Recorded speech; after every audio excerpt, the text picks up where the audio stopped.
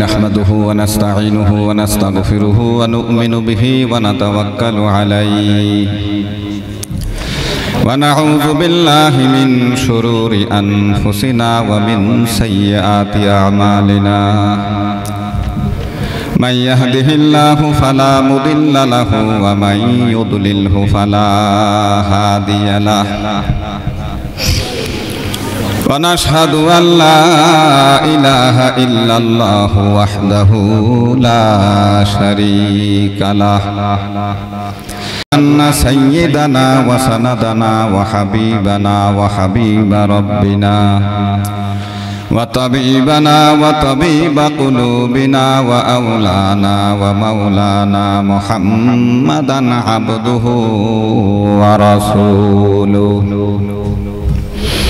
أرسله بالحق بشيرا ونذيرا وداعيا إلى الله بإذنه وسراجا منيرا أما بعد فأعوذ بالله من الشيطان الرجيم بسم الله الرحمن الرحيم وإذ قال ربك للملائكة إني جاعل في الأرض خليفة قالوا أتجعل فيها من يفسد فيها ويسفك الدماء ونحن نسبح بحمدك ونقدس لك قال إني أعلم ما لا تعلمون وقال رسول الله صلى الله عليه وسلم الكيس من دان نفسه وعمل لما بعد الموت والعاجز من أتبع نفسه هواها وتمنى على الله إن الله وملائكته يصلون على النبي يا أيها الذين آمنوا صلوا عليه وسلموا تسليما সবাই দুরূদ শরীফ পড়ে আল্লাহুম্মা সাল্লি আলা এত ডাব ডাব আইতা কি দেছো اللهم صل على سيدنا ونبينا وشفيعنا وحبيبنا ومولانا محمد صلى الله عليه وعلى آله وأصحابه وبارك وسلم بلغ العلا بكماله كشف الدجى بجماله حسنت جميع خصاله صلوا عليه وآله সবাই একটু নড়াচড়া দেন একটু জিকির করেন লা ইলাহা ইল্লাল্লাহ এই ডাব ডাব একটু কমাও দিদি কি ডাব ডাব ডাব ডাব করেন লা ইলাহা ইল্লাল্লাহ লা ইলাহা ইল্লাল্লাহ সবাই জোরে একটু জোরে জোরে লা ইলাহা ইল্লাল্লাহ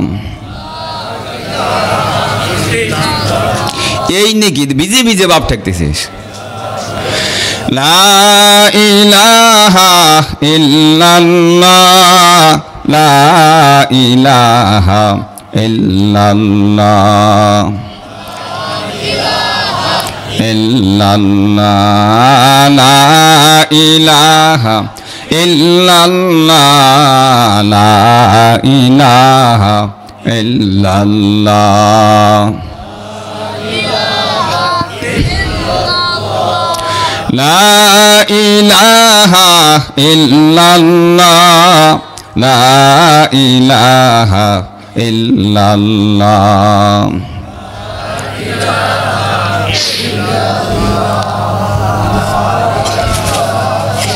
লা ইলাহা ইল্লাল্লাহু মুহাম্মাদুর রাসূলুল্লাহ সাল্লাল্লাহু আলাইহি ওয়াসাল্লাম।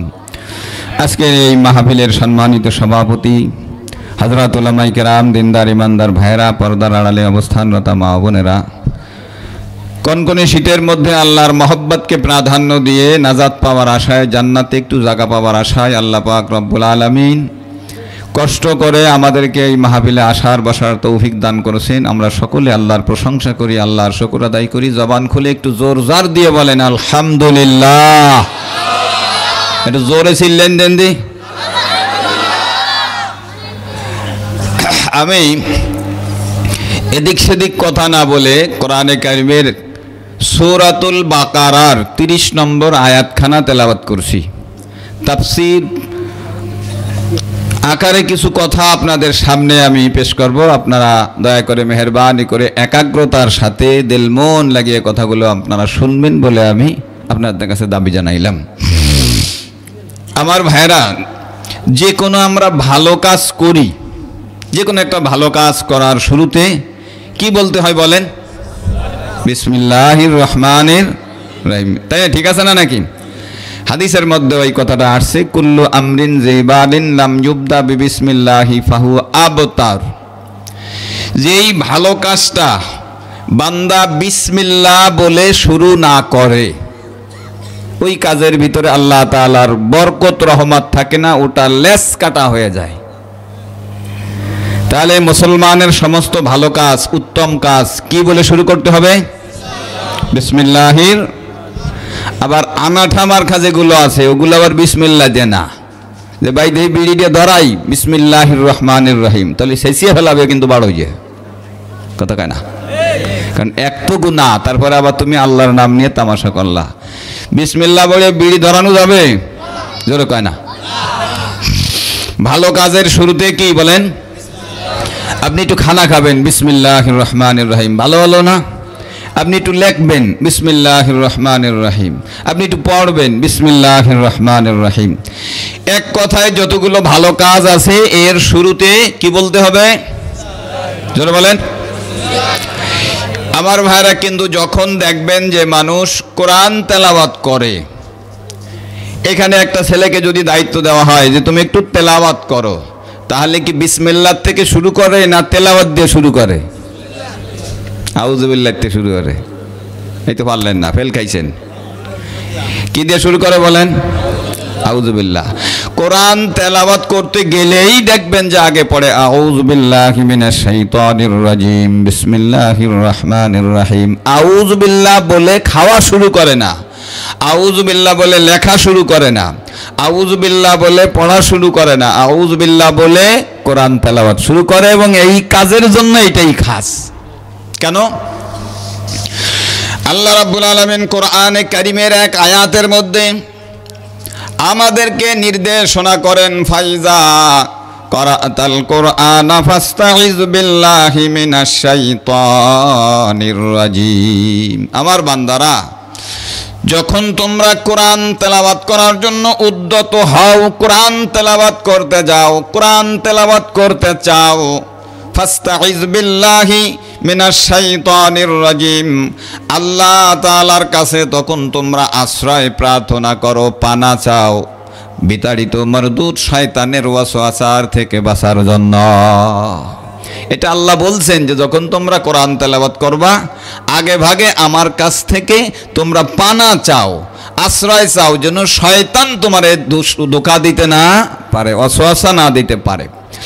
যেহেতু আল্লাহ তাআলাই কোরআনের মধ্যে আমাদেরকে বলছেন যখন তোমরা কোরআন তেলাওয়াত করতে যাও, কোরআন তেলাওয়াত করতে চাও, কোরআন তেলাওয়াত করার জন্য যখন তুমি উদ্যত হও, নিয়ত করো, তখন তুমি আগেই পড়ো আউযু বিল্লাহি মিনাশ শাইতানির রাজিম। তারপরে কোরআন তেলাওয়াত, ভালো কাজ বিসমিল্লাহ তো পড়তেই হবে সব ভালো কাজের আগে, কিন্তু সমস্ত ভালো কাজের মধ্য দিয়ে কোরআন তেলাওয়াতটাকে আল্লাহ তাআলা খাস করছেন যে কোরআন তেলাওয়াতের আগে তুমি আউযু বিল্লাহি মিনাশ শাইতানির রাজিমটা পড়ে নাও। আউযু বিল্লাহি মিনাশ শাইতানির রাজিম জীবনভর পড়ে গেলাম, কিন্তু এর মানেটা তো হয়তো আমরা অনেকে জানি না। কি এতে আপনারা এক আছেন নাকি? তাও তো মাথা ঝুলালো না, মাথাও ঝুলালো না, আর এমনি দলীয় পারল না। তা কোন থা, বিটাও না বিটিও না, মাঝামাঝি। আমার ভাইরা, আউযু বিল্লাহর মানে আউযু বিল্লাহি, আমি আশ্রয় প্রার্থনা করতেছি আল্লাহ তাআলার কাছে মিনাশ শাইতানির রাজিম, বিতাড়িত মরদুদ শয়তানের ওয়াসওয়াসার থেকে বাঁচার জন্য। মানে হে আল্লাহ, আমি তোমার কাছে আশ্রয় চাইতেছি, তোমার সাহায্য চাইতেছি শয়তানের রাজিম, বিতাড়িত শয়তান, মরদুদ শয়তান, বহিষ্কৃত শয়তানের ওয়াসওয়াসার থেকে বাঁচার জন্য। এই আউযু বিল্লাহর মানে হলো এইটা। এরপরে বিসমিল্লাহ বললাম, শুরু করলাম। ভাইরা আমার, কোরআন তেলাওয়াতের জন্য রব্বুল আলামিন আউযু বিল্লাহকে খাস করলেন কেন? কোরআন শরীফকে আমরা কালামুল্লাহ বলি। কালামুল্লাহর মানে হলো আল্লাহ তাআলার কালাম। কালাম মানে বাণী, কালাম মানে কথা। কালামুল্লাহর মানে হতো আল্লাহ তাআলার কথা, আল্লাহর বাণী। কোরআন শরীফ আল্লাহর বাণী, আল্লাহ তাআলার কথা। জোরে বলেন আল্লাহ তাআলার কথা, সবাই বলেন আল্লাহ তাআলার কথা। এখন আপনি আল্লাহ কোরআন তেলাওয়াতের মানেই হলো বান্দা যখন কোরআন তেলাওয়াত করে, যতক্ষণ সে তেলাওয়াত করলো সে যেন আল্লাহ তাআলার সাথেই কথা বলতেছে। এই নাকি সুবহানাল্লাহ? তোমাকে একটু জোরে দাও, সালাম বাতি খাটাই দাও। আমার ভাইরা, কোরআন আমি তেলাওয়াত করব, আল্লাহ তাআলার সঙ্গে কথা বলবো। এই জায়গায় কেন আমার আউযু বিল্লাহ পড়া লাগবে? শয়তানের হাত থেকে বাঁচার জন্য। কেন আমার ওয়াসওয়াসা থেকে বাঁচার জন্য আল্লাহর আশ্রয় নিতে হবে। আমার ভাইরা, দুনিয়া বোঝেন, আখিরাত বোঝা যাবে। আপনি যে কোনো একটা গুরুত্বপূর্ণ কাজের জন্য চেয়ারম্যানের বাড়িতে যাবেন, কোনো একটা বিশেষ কাজের জন্য আপনি মেম্বারের বাড়িতে যাবেন, কোনো একটা বিশেষ দরকারে আপনার বিয়ের বাড়িতে, আপনজনের বাড়িতে যাবেন। যদি ওই বাড়িতে একটা কুকুর পালে, কুত্তা পালে, তাহলে দেখবেন রাত 9টা 10টা বা গভীর রাত্রে যখন আপনি ওই বাড়িতে যেতে যান, তখন যে কোনো একজন আগন্তুক নূতন ব্যক্তি, অপরিচিত ব্যক্তি ওই বাড়িতে ঢোকার সাথে সাথে দেখবেন হয়তো কুকুরটা কোনো এক জায়গায় পাও মেলে, মাথাটা মাটির সঙ্গে মিশিয়ে মনে হয় যেন ঘুমে বিভোর হয়ে আছে। কিন্তু একজন নূতন লোক ওই বাড়িতে পা দেওয়ার সাথে সাথে দেখবেন কুত্তাটা আপনার সামনে এসে হাজির। কথা কন, আর একটু সাউন্ড দাদি কাকা। আমার ভাইরা, কুত্তাটা আপনাকে আক্রমণ করবে, ঘাউ ঘাউ করবে, ধরতে যাবে, কামড়াইতে যাবে। কথা কন। এখন যদি একটু ভীতু লোক হয়, তার কুত্তার মাসলা না জানা থাকে, সে দেবে দৌড়। দৌড় দিলি কবে এটা চোর, ধর। কুত্তায় কিন্তু দৌড় দিলি ধরে, কয় এর মধ্যে জানি কি দিকে আছে, ধর। তাহলে কিন্তু কামড় খাওয়ার ভয়, ঝামেলা হওয়ার ভয়। আর যদি একজন বুদ্ধিমান চালাক লোক হয়, সে নিজে কুকুরকে থামানোর জন্য চেষ্টা করলো, থাম থাম বলে, হ্যাঁ চুপ, হাই যা, হাই যা। কুকুর ড্যামকে আর শোনে না। কথা বলেন ঠিক কিনা? একটু দেখবেন এগুলো। আপনি আপনার বিয়ের বাড়িতে, আপনার আপনজনের বাড়িতে, চেয়ারম্যান মেম্বারের বাড়িতে যখনই আপনি ঢুকতেছেন, কুকুর আপনার সামনে হাজির। যতই আপনি তারে হাই বলেন, হুশ বলেন, সর বলেন, সে আপনার কাছ থেকে সরে না, বরং বেশি আক্রমণ করে। মনে হয় যেন ধরবে ধরবে বা কামড় দেবে। আমার ভাইয়েরা, আপনি 100 বার বলবেন, কুকুর যাবে না। এবার যদি লোকটা বুদ্ধিমান হয়, চালাক হয়, ওই জায়গায় দাঁড়াইয়া ডাক দেবে, ও বিয়ে, ও মেম্বার সাহেব, চেয়ারম্যান সাহেব, আমি একটু কথা বলার জন্য আসবো, কিন্তু আপনার কুকুরের জ্বালায় আসতে পারছি না। চেয়ারম্যান ওই জায়গায় আসা লাগবে না, ঘরের ভিতরে আছে, বারান্দার ভিতরে আছে, জানলার ভিতর থেকে ছোট্ট আওয়াজে একবার যখন বলে যা, দেখবেন কুকুরটা লেজটাকে বাঁকা করে আপনার কাছ থেকে সরে গিয়ে জায়গায় যাই আবার ঘুমা। সত্যি সত্যি কিনা? এই সাইডের লোক কথা কয় না, দেখবেন এই যে বাপ বুঝেন, এদের বাপ বুঝেন আপনার।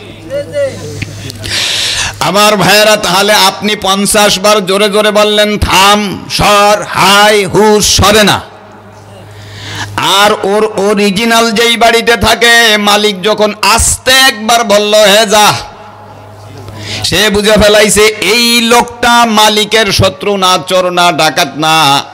আমি যেই দায়িত্ব পালনের জন্য এতক্ষণ প্রতিবন্ধকতা সৃষ্টি করেছিলাম, বাধা দিয়েছিলাম, আমি মালিকের যাতে ক্ষতি না হয় সেই জন্য আমি এখানে গাও গাও করছিলাম। এখন মালিকই যখন আমাকে বলছে যা, তাহলে বোঝা গেল এই লোকটা মালিকের শত্রু না। কাজে আমার ডিউটি শেষ, আবার যাইয়া মাটির সাথে ঘুমাই থাকে। সত্যি না ভাই? জুই জোরে কাও, হ্যাঁ জোরে কাও, ঠিক কিনা?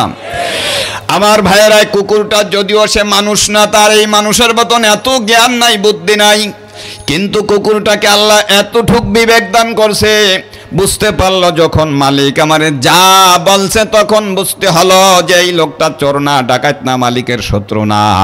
আমার যেই দায়িত্ব ছিল একজন শত্রুকে, চোর ডাকাত থেকে মালিককে হেফাজত করার জন্য, আমার দায়িত্ব হয়ে গেছে। এখন আমি জায়গায় যাই আবার শুয়া পড়লাম। আমার ভাইরা একটু বোঝার দরকার, আমি এতবার বললাম কুকুর সরে না, একবার যখন মালিক ডাক দিয়ে বলল হে যা, তখন সরে যায়। আমার ভাইরা, এই কুকুরটা একটা নিকৃষ্ট প্রাণী হওয়া সত্ত্বেও সে এত আনুগত্যশীল, এত মালিকের কথা গ্রহণ করলো, এত সুন্দরভাবে পালন করলো। ভাইরা আমার, মালিক সারা রাত ঘুম যায়, কুকুরটা যদিও ঘুম মনে হয় কিন্তু আসলেও ঘুম নয়। কারণ ঘুমাই গেলে তো আপনি জুলি চলে যাইতে পারতেন, তাহলে তো ডাকতে পারতো না।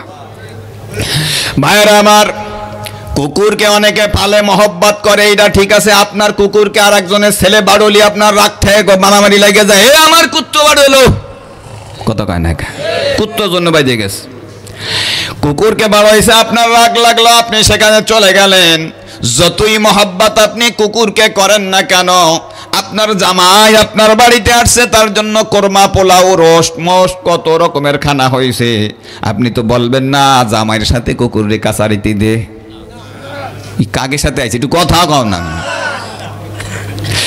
আমার ভাইরা, কুকুরের সাথে জামাই, জামাইয়ের সাথে কুকুরকে কাছারি তো একসাথে তো দেবে না। এমনকি এতটুকু কেউ করে না যে অন্তত জামাইয়ের জন্য, বিআই সাহেবের জন্য, মেহমানের জন্য যতটুকু খানা ব্যবস্থা করা হয়েছে, একটা প্লেট রোস্ট গোশ আর পোলাও ভাত একটা ভালো প্লেটে করে কুত্তরে উঠোনে দেও, আলাদা খাইয়া যাক, তাও কোনোদিন কোনো মানুষ দেয় না। আমার ভাইরা, কুকুরকে মালিক কি খাওয়ায়? আপনার মেহমান, আপনার আপনজন সকলে খানা দানা শেষ করার পরে যা কিছু কাটা ঝুটার খাওয়ার মতন নাই, হাড়ের সাথে আর গোস্ত নাই খাবার মতো নাই, কাটার সঙ্গে মাছ নাই যা আর খাওয়ার মতো নাই। আমার ভাইরা, এগুলো ময়লা হিসাবে যখন সামনে রেখে দেয়, আর এটা ময়লা হিসাবে, জুটা হিসাবে নিয়ে ডাস্টবিনের মধ্যে, বাগানে এক সাইডে ময়লার মধ্যে ফেলে দেয়, কুকুরটা ঘেরান পেয়ে সেখানে যায়, যাওয়ার পরে এই হাড্ডি আর কাটা সাইডটা যা পায় তাই খায়।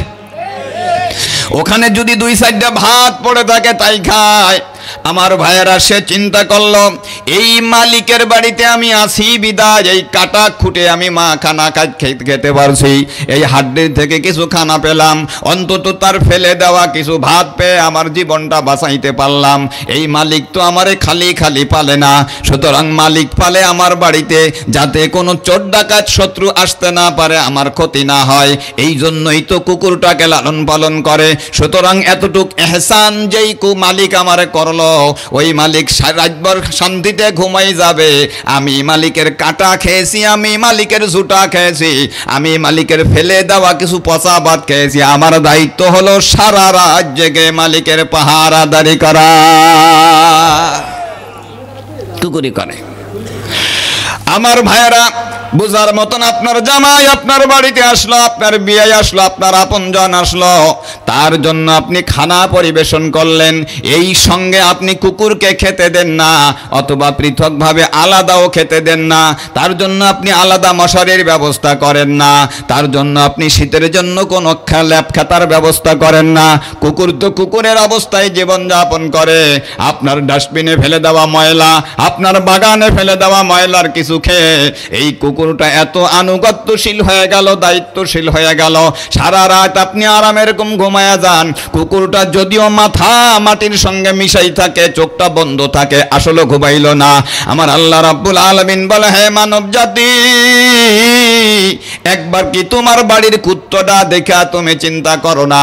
তাকে তুমি সৃষ্টি করো নাই, তাকে তোমার জামাইয়ের সঙ্গে খেতে দাও নাই, তাকে তোমার ভালো মেহমানের সঙ্গে বসাও নাই। তোমার ফেলে দেওয়া কিছু কাটা আর ঝুটা বাগানের ভিতর থেকে খাওয়ার পরে সে যদি তোমার এত দায়িত্ব পালন করতে পারে, আমি আল্লাহ তোমাদেরকে কত সুন্দর চেহারা সুয়াদ দিয়া বানালাম, তোমাকে আমি বিকলাঙ্গ করলাম না, তোমাকে আমি সুস্থ বানালাম, আমি তোমাকে জ্ঞান বুদ্ধি দিলাম। এমন কোন সিজন নাই একটা সিজনের মধ্যে 2, 4, 5 রকম 10 রকমের ফল পাওয়া না যায়। ওই সিজনটা চলে যায়, ভাইয়ের আমার, অন্য একটা ফল আবার শুরু হয়ে যায়। ওই সিজনটা চলে যায়, আবার 2, 4, 5, 10 রকমের ফল আমাদের সামনে এসে যায়। কত রকমের পাখির গোশ খাও, কত রকমের খালবিলের মাছ খাও। ও বান্দারা, এত নাজ নেয়ামত আমার খাইয়া, আমার জমিনে বসবাস করিয়া তুমি যদি আমার ডিউটি পালন না করো, জেনে রাখো তুমি তো কুকুরের থেকেও খারাপ হইয়া গেলা। লাকাদ যারানা লিজাহান্নামা কাসীরাম মিনাল জিন্নি ওয়াল ইনসি লাহুম কুলুবুল লা ইয়াফকাহুনা বিহা ওয়া লাহুম আ'য়ুনুল লা ইউবসিরুনা বিহা ওয়া লাহুম আযানুল লা ইয়াসমাউনা বিহা উলাইকা কাল আনআমি বাল হুম আদাল্লু উলাইকা হুমুল গাফিলুন। আল্লাহ রাব্বুল আলামিন বলে, জাহান্নামের জন্য আমি এমন কিছু সংখ্যক বান্দাকে সৃষ্টি করেছি যাদেরকে আমি আল্লাহ জ্ঞান দিয়েছিলাম। তার এই মেধা, তার এই জ্ঞান দিয়ে কারে ঠকাবে, কার মাথায় বাড়ি দেবে, নিজে বড় লোক হবে, নিজে লাভবান হবে, কারে ঠগাইয়া সে জিততে পারবে, এই সবগুলো দুনিয়ায় বুঝলো, কিন্তু এই জ্ঞানটা দিয়ে একবার একটু চিন্তা করলো না আমি আল্লাহ তারে কেন দুনিয়ায় পাঠালাম। আমি তাকে চক্ষু দান করেছিলাম, কত টিভি বিসিআরের সামনে গিয়ে ঘন্টার পর ঘন্টা এ সমস্ত বেপরদা বেহায়াপনা অশ্লীল নারীদেরকে দেখলো, ছবি দেখলো, কত রকমের গুনার কাজ করলো, রাস্তাঘাটে কত যুবতীর দিকে মেয়ের দিকে তাকালো। কিন্তু এই চক্ষুটা দিছিলাম আমি আল্লাহর কোরআন দেখে দেখে পড়ার জন্য, কোরআন দেখতে সময় সে পেল না, আলেম ওলামাদের কথা শোনার দেখতে পেল না। আল্লাহ কয়, এমন কিছু সংখ্যক মানুষ আমি বানাইছি, কান দিয়েছিলাম, শ্রবণ শক্তি দিয়েছিলাম, কত গান বাজনা ডাইরেক্ট শুনলো, কানের মধ্যে হুটোর মধ্যে একটা ঢুকই দিয়ে আবার একা একা শুনলো, সব রকমের অশ্লীল জিনিস শুনলো, কিন্তু কোরআন শুনতে তার ভালো লাগে না, কোরআনের ওয়াজ শুনতে তার ভালো লাগলো না। আল্লাহ কয়, এই মানুষগুলা উলাইকা কাল আনহাম, এগুলো জানোয়ারের মতন, চতুষ্পদ জানোয়ারের মতন। এরপরেও আমার আল্লাহর রাগ মেটে না। আল্লাহ কয়, বাল হুম আদল, ওগুলো জানোয়ারের থেকেও খারাপ, কারণ জানোয়ার কিয়ামতের ময়দানে জাহান্নামে যাবে না, এইগুলো জাহান্নাম থেকে রেহাই পাবে না। আমার ভাইয়েরা, কিয়ামতের ময়দান যখন কায়েম হবে, মনে রাখবেন দুনিয়ার সমস্ত মাখলুকাত গুলোই তো উঠবে, প্রাণীরা উঠবে, মানুষের হিসাব হবে, জিন জাতির হিসাব হবে। এই গরু, ছাগল, শিয়াল, কুকুর, ভেড়া, মহিষ, উট, দুম্বা যত প্রাণী আছে, এদের নামাজ, রোজা, ঈমান, আমল, হালাল হারামের কোনো প্রশ্ন নাই। তবে আল্লাহ পাক রব্বুল আলামিন একটা প্রশ্ন এদেরকে করবেন, তোরে মোটা বানালাম, তাজা বানালাম, শক্তিশালী বানালাম, আর তুই শক্তি পেয়ে দুনিয়ায় একটা দুর্বল গরুরে গুঁতো দিলি, তোরে আমি শিং দিলাম, তুই একটা দুর্বল প্রাণীকে আঘাত করলি। আলাইসাল্লাহু বিআহকামিল হাকিমিন, আল্লাহ বলবে, আমি আল্লাহ তামাম দুনিয়ার সমস্ত বিচারকের থেকে শ্রেষ্ঠ বিচারক। আমার বিচারের মধ্যে কোনো স্বজন প্রীতি নাই, আমার বিচারের মধ্যে কোনো দলাদলি নাই, আমার বিচারের মধ্যে কোনো ঘুষ খাওয়া খাই নাই। আমার সব, আমি আল্লাহর সৃষ্ট মখলুকাত, আমার বিচার হবে একেবারে চুলচেরা। কেন তুই গুঁতো দিলি? রব্বুল আলামিন দুর্বলটাকে সবল করে, সবলটাকে দুর্বল করে বলবে, তোরে যতটুক জোরে আঘাত করছিল, তোর আঘাতের প্রতিশোধ নিয়ে নে। ভাইরা আমার, যখনই প্রতিশোধ হয়ে যাবে, আল্লাহ বলবে, তোর নামাজ রোজার হিসাব নাই, তোর হজ যাকাতের হিসাব নাই, হালাল হারামের হিসাব নাই, তোর কোনো প্রশ্ন আর নাই, তোদের জন্য জান্নাতও নাই, তোদের জন্য জাহান্নামও নাই, কোনো তোরা বা তোরা সব এই জায়গায় মাটি হয়ে যা, মাটির সঙ্গে মিশে যা। আমার ভাইরা, এদের খেলা এই পর্যন্ত শেষ হয়ে যাবে। কিন্তু আল্লাহ রাব্বুল আলামিন বলে বিবেক দিলাম, বুদ্ধি দিলাম, হাজার হাজার নাজ নেয়ামত তোদেরকে আমি আল্লাহ খাওয়ালাম, পড়ালাম। আমার এত নাজ নেয়ামত ভোগ করে যারা দুনিয়ায় আমি মাওলার কথা মানো নাই, ওই শিয়াল কুত্তাগুলো জাহান্নামে যাবে না, কিন্তু আমি আল্লাহ তোমাদেরকে সহজে ছাড়ব না। জাহান্নামে যাবার পরে মানুষেরা কানবে আর আফসোস করবে, ওয়ায়াকুলুল কাফিরু ইয়া লাইতানি কুনতু তুরাবা। আল্লাহরে যদি কুত্তা হতে পারতাম, যদি আমি শুয়ার হতে পারতাম, যদি আমি গরু ছাগল হতে পারতাম, তাহলে তাদের মতন মাটি হয়ে নিঃশেষ হয়ে যেতাম, শেষ হয়ে যেতে পারতাম। আমি জান্নাতে জায়গা না পেলেও অন্তত এই জাহান্নামে আমার যাওয়া লাগতো না। ভাইয়েরা, শিয়াল কুত্তা জান্নাতে যাবে না, গরু ছাগল জান্নাতে যাবে না, কিন্তু তাদের জাহান্নামে যাওয়ার কোনো ভয় নাই। আর মানুষ হইয়া যদি তুমি মানুষের মতন মানুষ না হও, মনে রাখবা তোমার জাহান্নাম ছাড়া জায়গা না। আল্লাহ রাব্বুল আলামিন আবার শিক্ষা দিলেন, বান্দা দেখো কুত্তার ভিতরে কুকুরের মধ্যে আর একটা বদখাসলাত আছে। এটা তো ভালো, আর একটা খারাপ আছে না? আছে আমার কি ভাইয়েরা, গরু একটা একজনের মারা গেল, গরুটা নিয়ে আর কি করবে, কিছু কান্নাকাটি করে, মায়া লাগে। ভাইয়েরা আমার, যতই মায়া লাগুক না কেন, কান্নাকাটি যাই করুক না কেন, মুসলমানেরা জানে যে আমাদের জন্য মরা গরুর গোশত খাওয়া হারাম, খাওয়া যাবে না। অবশেষে বলে, যা তোরা গরুটা নিয়ে খাল পাড়ে টেনে ফেলাই থুই আয়। ভাইয়েরা আমার, ডাঙ্গার ভিতরে খালের পাড়ে যায় ওই গরুটা টেনে নিয়ে ফেলাই রাখে। গরুটার মধ্যে 3 মণ 4 মণ গোশত হয়। এই বিশাল একটা গরু যখন মারা যায়, ঋষিরা এসে চামড়াটা ছুলে নিয়ে যায়। একটা কুকুর যদি আসে, কুত্তা যদি আসে, বিশাল এক আপনার গরুর গোশত দেখা, এত সুন্দর একটা মরা গরু দেখে সে খাওয়া শুরু করে। আমার ভাইরা দেখবেন, কুত্তার মধ্যে কুত্তা মার্কা খাসলাত আছে। এই কুত্তাটা যদি দেখে পরে আর একটা কুত্তা আসতেছে, তাহলে তার ভাষায় বলতে পারে, আমি আগে আইছি, আমি আগে দেখছি, আমি রানীর দ্বারে খাবো গোশত দিয়ে, আমি খাবো, তুই বহির দ্বারে খা, হাড় জড়াইয়ে খা। কথা কয় না? এক আর বউ মানা আছে, কথা কবা না, আতু চোর। আমার ভাইরা, ওদের ভাষায় ওরা বলতে পারে, আমি রানের ধারে খাই, আমি 1 নম্বর ফার্স্ট, তুই সেকেন্ড, তুই পরে আইসিস, তুই বহির দিক দিয়ে আর জড়াইয়ে খা, তাতেও তো মিলে খাতি পারে। কথা কয় না? দেন কথা কয় না? এটা ভিয়ে পারবানি, কিন্তু মাথায় বলে একটু জোরে কই। আমার ভাইরা, কিন্তু কুত্তার মধ্যে কুত্তা মার্কা স্বভাব। কান কুত্তার মধ্যে কি? এই কুত্তাটা ওরা নিজেরা মিল করতে পারে না, যার জন্য ওখান থেকে যায়, নিজের খাওয়াটা ফেলাই তুই ওরে দাবড়াইয়া যায়। আমি আইছি, তুই কেন আসবি? এটার নাম হাসাদ, হিংসা। এটার নাম কি? জোরে কন। আমার বাইরে নিজের খাওয়া বাদ দিয়া ওরে যায় দাবড়াইয়া। এবার দেখা গেল গরু মারা খাল পারে, আর ওরা 2 জন আপনার কোলের মধ্যে দাঁত ভাঙ্গে, একেবারে পেঁচাই গেছে, 2 জন কামড়া কামড়ি লাগাইছে। কি কথা কান থেকে কলই মলই উঠিয়ে নাড়া মাড়াও দেখি সব শেষ। গরু মরা কোন জায়গা? খালের ধারে, কেউ খাতি পারে না, কিন্তু তবুও আরে সোজা দিয়ে ছাড়ান দেবে। এটা হলো কুত্তা মার্কা খাসলাত। কি খাসলাত ধরে বলেন? মানে আরেকজন কেন খাবে, খাবো আমি একা, তুই আসলি কা? আমার ভাইরা, এই কুত্তা মার্কা খাসলাত কিন্তু ইবলিস শয়তানের মধ্যেও ছিল। কথা কন। আল্লাহু আকবার। আমার ভাইরা, আদম আলাইহিস সালাতু ওয়াস সালামকে আল্লাহ পাক রব্বুল আলামিন যখন সিজদা করার জন্য বলছিল, আল্লাহর কোরআন বলে, ফাসাজাদাল মালাইকাতু কুল্লুহুম আজমাউন ইল্লা ইবলিস। কোটি কোটি ফেরেশতারা সিজদায় পড়ে গেল। ওই জায়গায় কোটি কোটি কোটি কোটি ফেরেশতারা ছিল। আল্লাহ পাক রব্বুল আলামিন বলার সাথে সাথে সবাই সিজদায় পড়ে গেল।